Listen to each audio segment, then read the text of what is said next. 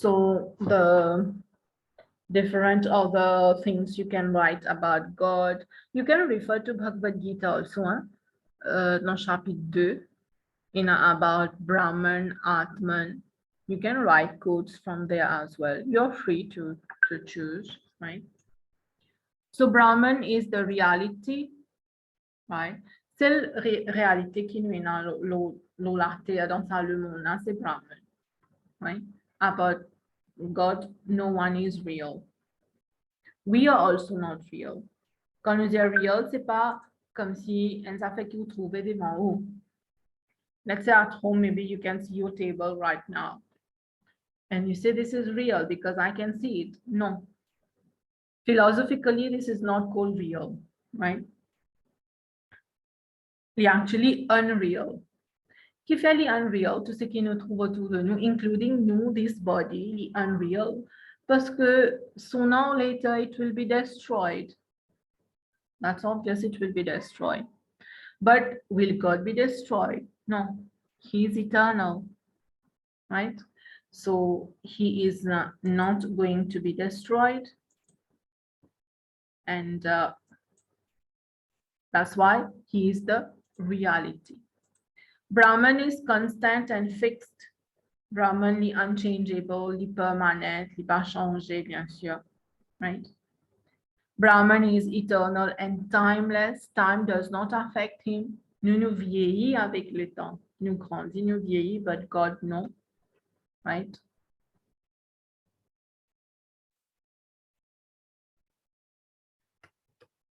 He is the master of time. He can control time. Like Krishna in the Mahabharata, no? Did he fear the unexpected sunset just to save Arjun? That is, he was controlling time. He can do that. Brahman is the creator. Brahman is the sacred Om. Remember, if you remember Katha Upanishad, we talked about Om is Brahman. C'est une façon qui nous cave relate to Brahman. Om. Brahman is beyond the senses. Okay, di pas comment nous we become slaves of our senses, no? But no, he's much beyond the senses. Brahman is the first principle. Parce que il est ancient, no? Brahman is ancient. So he's the first principle who always exists. He's not going to die. After the destruction of this world, he will create another. So he's the very first principle. He is love, pure love. He is immortal. He is the lawgiver and the lawmaker.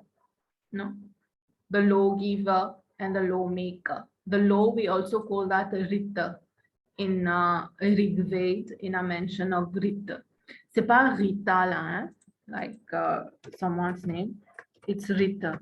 Actually, it should be written like this, without the E, but just to make things easier, right? Rita. Right?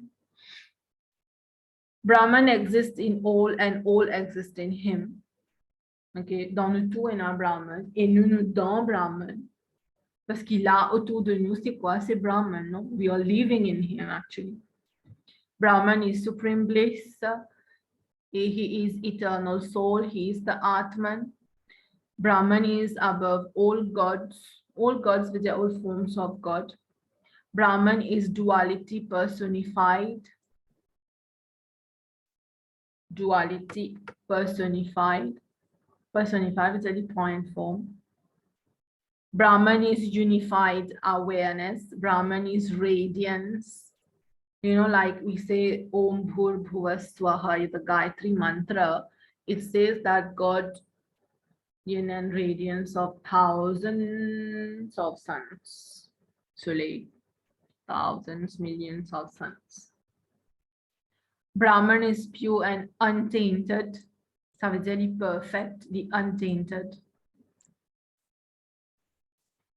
Brahman is without sleep.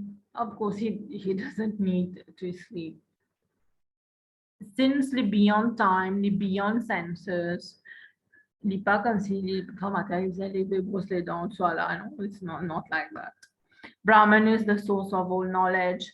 He is the self of all. Il est dans nous tout en deux mots, quelque part, in the form of the atman. Well, these are few things, of course. I told you, I put it here. You just you can refer to Bhagavad Gita as well, right? Especially, I write it.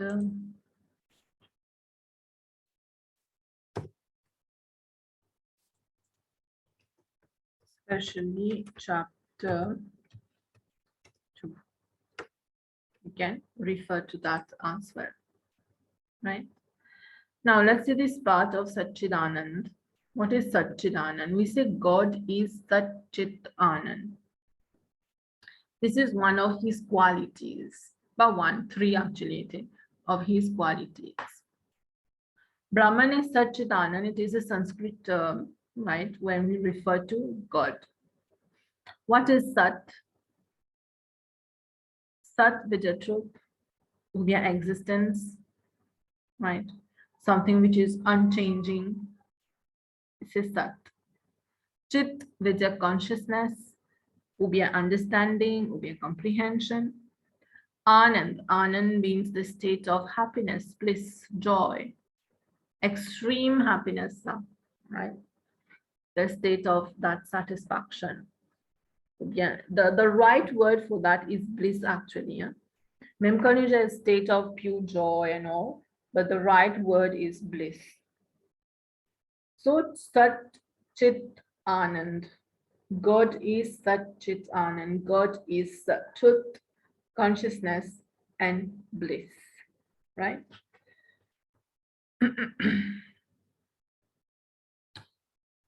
Tulsidas has written, this is a quote from what Tulsidas has written in the Ramcharitmanas, of course. The adorable, that is God, is one, passionless, formless, nameless, unborn existence, thought, joy, Satchitanand, the supreme abode. Existence, thought, joy, they refer to Satchit Anand. God is Satchit Anand. Right? In Sri Aurobindo's evolutionary vision of the soul and universe, of which Satchidanand is the principal term. In a human fair, in a man sect, fair ban meditation, ubia japam, taking the name of God, they always say Satchidanand and all. Om Satchidanand, God, Brahman, or something like that, right? I don't know exactly the term they use, but they use that because to meditate upon the Supreme One, right?